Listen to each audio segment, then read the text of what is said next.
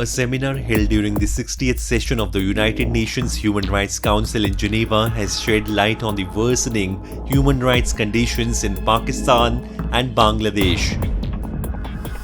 Organized by the Forum on Intercultural and Interreligious Dialogue in collaboration with the Asian-Eurasian Human Rights Forum, the event brought together prominent voices, including activists, journalists, and political analysts, to sound the alarm on the erosion of civil liberties and the growing influence of religious extremism in both the countries. Participants described how terrorist elements often linked to Pakistani-based networks continue to target civilians in India, attempting to fracture communal unity along religious lines.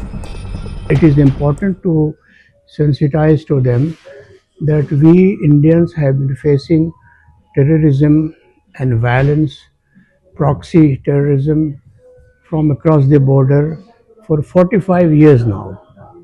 And the last big event in Pahalgam was the worst of its kind because they also tried to communalize the issue, and by ascertaining the religion of their victims first. That was very, very atrocious, and we have to point this out. However, the good thing that happened was that what they had thought, the planners of that conference in Islamabad must have thought that this will create riots across the country, that Muslims and Hindus will fight and so on. But instead it united us even more. The situation in Bangladesh also drew concern at the event. Political observers condemned the rise of mobocracy and fundamentalism under a government allegedly propped up by international backing. Human rights violation, and a lot of people are being killed by mobocracy, and economic condition is so bad, people are going hungry, and they are saying that we are better off before this government. So this current government headed by Professor Yunus, he was installed with the support of Western countries.